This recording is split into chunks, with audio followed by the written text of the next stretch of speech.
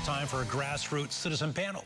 Joining me in the studio, she did previously as Star Parker, president of the Center for Urban Renewal and Education. Good to see you again, Star. It's nice being with you. Also in studio, as he often is celebrity whistleblower attorney and Obama apologist, Michael Wilson. I threw that at the end. That was a good one. All right. And good to be here. And joining us from Washington, D.C., as she did during our election night coverage, is the co-chair of Project 21, Cherylyn Harley LeBon. How you doing, Cherylyn? Hey, Rick, great to be with you. And former national spokesman for the RNC, as I understand as well. All right, first topic of the day. First topic of the day is, of course, Ferguson. The Missouri governor, Star, has, of course, declared a state of emergency in Ferguson. The question I have surrounds Al Sharpton. Here's a guy that has a history of a checkered past. I'm not talking about his tax deals, but I'm talking about Tawana Brawley. I'm talking about Duke Lacrosse. He is in Ferguson, stoking the fire, if you will. Is it appropriate for the President of the United States, under such emotional circumstances, to bring in Al Sharpton to the White House along with other protesters and tell them to stay the course? I think for this president, whose MO is divide and conquer, that's very appropriate, and it's very consistent with how they have done race politics in this country. I don't know that the black community, especially those that are grieving during a time that a young black person has been shot down, are interested in Al Sharpton's past. They are more interested in getting justice. The challenge for us as a country is the redefinition of justice. We are now looking at an environment that believes social justice is much more important than is a person securing their personal property on a local level. We have a lot of dynamics going on here in Ferguson. We have a unionized police force that is in charge of a community that the whole family has broken down. And so when you're looking at this type of despair, an unsocialized young man, regardless of his race, with a police force that doesn't identify with the breakdown in the community waiting upon his retirement, you're going to have friction, and it's going to cost all of society concern. Yes. Let's go to Cherylyn in Washington, because I hear her chiming in and agreeing. Cherylyn, go ahead. Right. Well, and here's the thing that I find so sad. You know, we're hearing reports about people are threatening to take down the electrical grid and destroy property. And I just think, what is the message that the community is sending to young people? I've got 2 small kids, and I just think, you know, when you're talking about taking down a grid, you know, essentially, that's terrorism.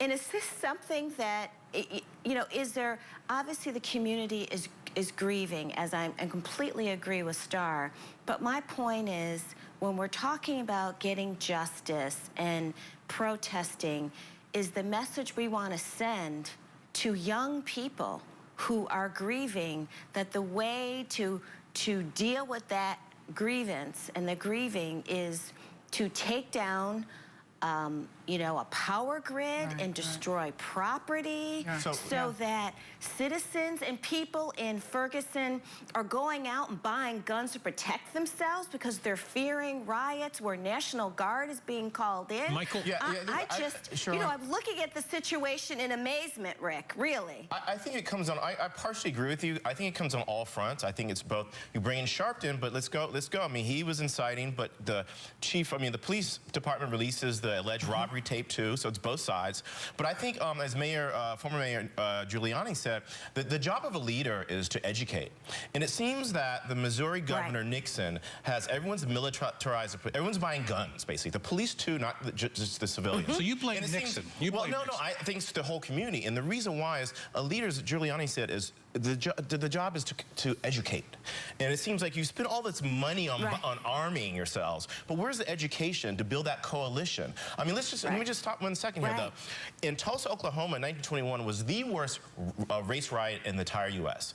Both white and blacks were killed, okay? It was a mob mentality on both sides. And still, you know, almost 100 years later, 300 miles kind of, you know, to the northeast, you see the same mentality. Right, but a lot of that is the African-American leadership group's fault, because anytime a black in this country says, let's have a discussion amongst ourselves about what is broken down so that we can seriously fix it, we only hear from one side.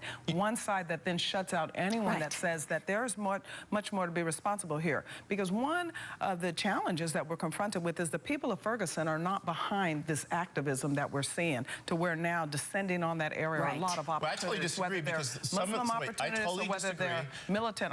No, Al Sharpton doesn't live in that community. Okay, but you and the people of Ferguson and he the people. doesn't. I know he doesn't. Wait, let me, ladies, can I say one let me here? just finish my thought. The people of Ferguson are looking for a very peaceful environment. I think it's fascinating that the very people that are saying, let's instigate a situation there, are the very ones that are for gun control. I believe that the people Michael, there should arm themselves. before you respond, Exactly. let me jump in to what Star just said. We had a report from outside of Ferguson earlier in the week, and we were told that the people who are residents of Ferguson are calm. They want, and they're calling for calm. It's the outside, outside groups, which Star Parker's. It's the outside agitators. Excuse me. Yes. Okay, so there are outside agitators.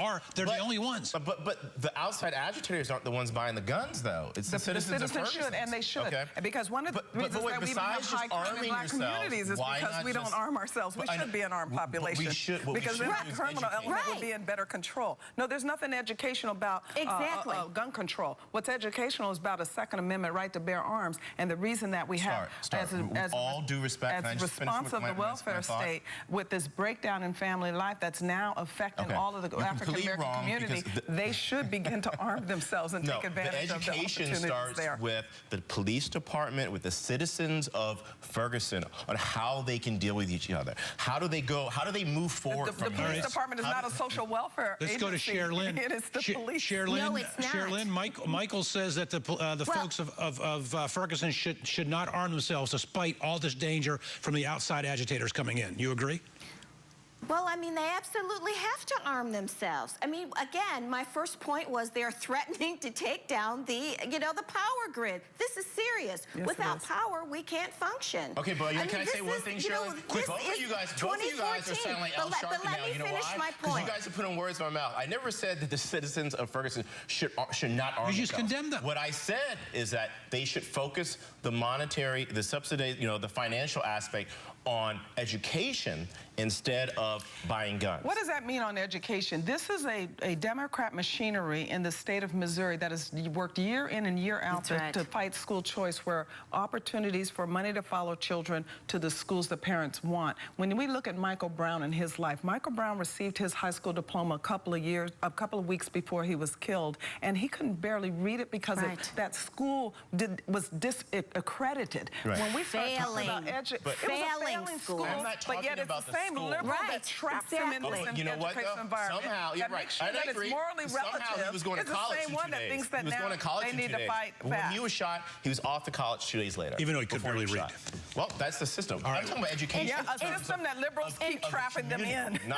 And now they want justice. Schools and stuff. On that comment, we need to take. Exactly. We'll take a quick break on that comment. We come back. We'll